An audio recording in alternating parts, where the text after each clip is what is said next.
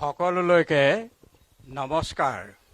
আজি ভীষণ গৰমৰ দিন, কিন্তু আমি লাহে লাহে গৰম যে আছে পাহৰিবলৈ ধৰিছোঁ। কাৰণ এইটো এণ্টাৰটেইনমেণ্ট আৱাৰ, এণ্টাৰটেইনমেণ্ট ডে, সেইকাৰণে। আৰু মই কি কথাটো ক'ব বিচাৰিছিলোঁ, জুবিনৰ লগত মোৰ সম্বন্ধ এইটো অৱশ্যেতে সুমীৰে ঠিকেই কৈছে। জুবিনৰ জীৱনী মই লিখিলোঁ, এই কথাটো এটা ৰেকৰ্ড হ'ল। বোধহয় পৃথিৱীত কোনো বাপেকে পুতেকৰ জীৱনী লিখা নাই।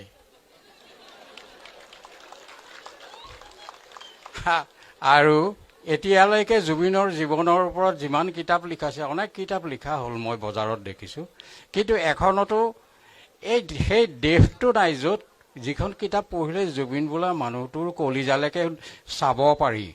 সেই বস্তুটো কিতাপবোৰত নাই। এজন মানুহে এতিয়া চেষ্টা কৰি আছে বৰপেটাত জুবিনৰ ওপৰত ফুল লেংথ জীৱনী এটা লিখিবলৈ। মোৰ লগত আহি আলোচনা কৰে। মই কওঁ যে 2009 চনলৈকে জুবিনৰ বিষয়ে মই যি লিখিলোঁ, ইয়াৰ পিছত কিতাপ লিখিলে এইখন নচলিব আৰু মানুহে ভাল নাপাব। আপুনি 2009 চনৰ পিছৰখিনি জুবিনক লিখক, সেইখিনিৰ বিষয়ে খুব কম মানুহে খুব ভালকৈ জানে। আৰু অলপতে আজি কিছুদিনৰ আগলৈকে পেপাৰত কিছুমান প্ৰবন্ধ সৰু সুৰা নতুন লিখকে আৰু আগ্ৰহী লিখক, জুবিনৰ ফেন বিশেষকৈ তেওঁলোকে সৰু সৰু আৰ্টিকুল কিছুমান লিখিলে জুবিনৰ ওপৰত। এই কথাটো মই এখন পেপাৰহে পঢ়োঁ, দৈনিক অসমত কিবা ওলালে মই সেইটো পঢ়োঁ, মনত ৰাখোঁ। কিন্তু আমাৰ ঘৰৰ পিছপিনে, আমাৰ চুবুৰীতে কোলাহল নামৰ ঘৰটোত এজন মানুহ আছে, পদ্মপাণি। তেখেতে চব কথাই পঢ়ে, চব পেপাৰ পঢ়ে, এইবিলাক সৰু সৰু আৰ্টিকুলবিলাক গোটাই থয়। এতিয়া ৰিচেণ্টলি জুবিনৰ ওপৰত এখন সৰু পুস্তিকা উলিয়াবৰ কাৰণে এটা প্ৰেছে খুব জোৰ দি আছে, আৰু সেই জোৰটো পদ্মপাণিৰ মূৰত পৰে, আৰু পদ্মপাণিয়ে জোৰটো আনি মোৰ মূৰত থয়। তো এতিয়া এই কিতাপখন লিখোঁতে যিখিনি পাৰোঁ মই সাহাৰ্য কৰিছোঁ, তেনেই সামান্য। কিন্তু কিতাপখন লিখা হ'ব পুস্তিকা আকাৰত, কাৰণ ডাঙৰ কিতাপ চবে আজিকালি কিনি পঢ়িবলৈ অসুবিধা হ'ল।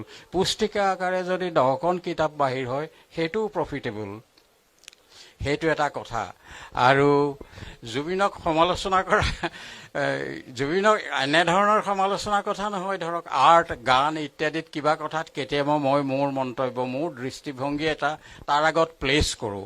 আৰু এইটো কথা কৈ দিওঁ যে মোৰ মনত যিটো খেলালে এইটো ভৱিষ্যতৰ কথা। সেইটো কথা যদি তুমি হয় বা সত্য বুলি ভাবা, ফ'ল' কৰিবা। যদি নেভাবা সত্য বুলি, ফ'ল' নকৰিবা। কিন্তু মই মোৰ কৰ্তব্য কৰিলোঁ। মই তোমাক ক'ব লাগে, সৰুখিনিক, মোৰ ল'ৰা ছোৱালী বা ওচৰ চুবুৰীয়া সকলোকে কথাখিনি মই কৈ দিওঁ, বছ মোৰ দায়িত্ব সিমানতে শেষ। তাৰ আগতে কথা ক'বলৈ মাতিলেই যেতিয়া এষাৰ কথা নকৈ নোৱাৰিলোঁ। আজি বিষ্ণু ৰাভাৰতো মৃত্যু দিৱস, এইটো এটা খুব ডাঙৰ কথা। আজি অনুষ্ঠানটো পাতিছে, এইটো বৰ গুৰুত্বপূৰ্ণ কথা, আৰু মই খুব ভাল পাইছোঁ। ইতিমধ্যে আজি আবেলি এজন ফ্ৰেণ্ডে হেৰিয়াত হোৱাটছএপত মোলৈ এখন ফটো পঠিয়াই দিলে। ফটোখন 1964 চনৰ নৱেম্বৰ মাহত বিষ্ণু ৰাভা, মই আৰু 3জন ছাত্ৰ জে.বি. কলেজৰ, আমি কলেজত এনুৱেল ফাংচন পাতিছিলোঁ। মই কালচাৰেল ছেক্ৰেটেৰী আছিলোঁ। বিষ্ণু ৰাভাক তেজপুৰৰ পৰা মতাই নিছিলোঁ। আমি ৰাতিপুৱাৰ পৰা পিছদিনা ৰাতিপুৱালৈকে এই গোটেই 24 ঘণ্টা আমি 4টা ল'ৰা আৰু বিষ্ণু ৰাভা একেলগে আছিলোঁ। দিনটো যিমান কাম কৰিছোঁ, ঘূৰিছোঁ তেওঁৰ লগত, গধূলি ফাংচনত এনেকৈ যোগ দিছোঁ। মই গায়ক নহয়, একো নহয়, কিন্তু সাহিত্য অনুৰাগী বোধ হয়, সেইকাৰণেই মই এইবিলাকত ঘূৰি ফুৰোঁ। তো সেই ফটোখন জে.বি. কলেজৰ যেতিয়া 50 বছৰীয়া বোধহয় বাৰ্ষিকী হ'ল, তাত এখন বৰ ডাঙৰকৈ স্মৃতি গ্ৰন্থ উলিয়ালে। তাত খুব ডাঙৰকৈ, বৰ মনোমোহাকৈ বিষ্ণু ৰাভাৰ সৈতে ছবিখন দিয়া আছে। এই ছবিখন মই দেখিলোঁ আৰু ভাল লাগিল। কিন্তু সেই যিদিনাখন এই ঘটনাটো হৈছিল যোৰহাট জে.বি. কলেজত, তাৰো এখন ফটো লৈছিলোঁ আমি ষ্টুডিঅ'লৈ গৈ পেলাই বিষ্ণু ৰাভাকো লৈ গৈছোঁ গাড়ীত।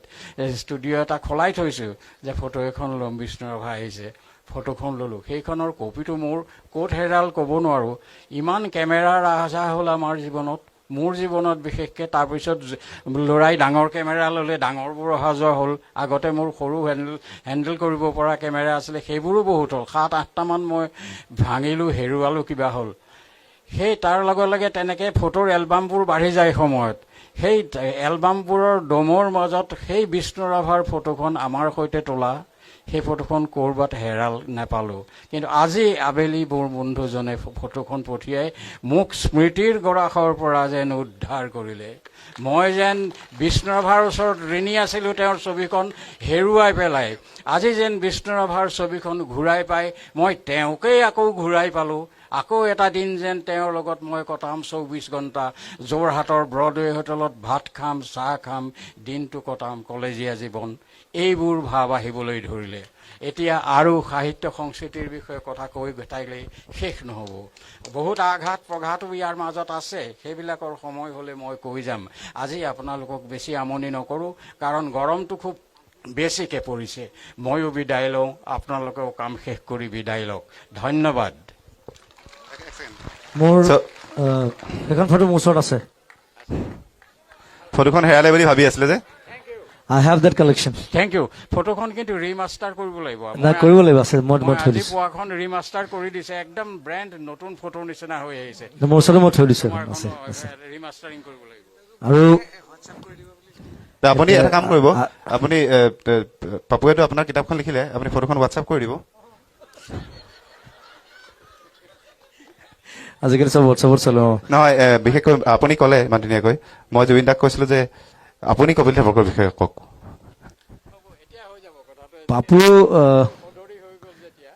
পাপুৰ কথা ক'বলৈ বিশেষ একো নাই, কাৰণ পাপুৱে মোক জন্ম দিছে আৰু গোটেই মোৰ জীৱন যাত্ৰাটোত মই জুবিন গাৰ্গ হোৱালৈকে মোক ঠেলি দিয়া মানুহটো হৈছে পাপু আৰু মা, অভিজাত মাও আছিলে। আৰু এতিয়া সমালোচনাৰ কথা সমীৰে কৈছে। হয়, কিতাপখনৰ বাবে মোক আলোচনাও কৰিছে, সমালোচনাও কৰিছে। সেইটো কাৰণে ধন্যবাদ, কাৰণ মই দুইটা বস্তু ভাল পাওঁ। আৰু অসমত আচলতে মই এটা ক'বলৈ গ'লে, মই আজিলৈকে ইমান বছৰ গান গালোঁ, 25 বছৰ গান গালোঁ, চিনেমা কৰিলোঁ। ভালকৈ কোনো আলোচনা কৰিব নাজানে, কোনো সমালোচনা কৰিব নাজানে। কথাটো সেইটো। আৰু মই দুইটা বস্তুৱে ভাল পাওঁ। মই সদায় কওঁ যে আই এম লাইক ৱাটাৰ। এতিয়া পানীটো নহ'লেও নহয়, পানী বাঢ়িলেও গালি খাব লাগে, পানী শুকালেও গালি খাব লাগে, কিন্তু পানীটো দৰকাৰ সদায়। So' be like water my friend. Thank U.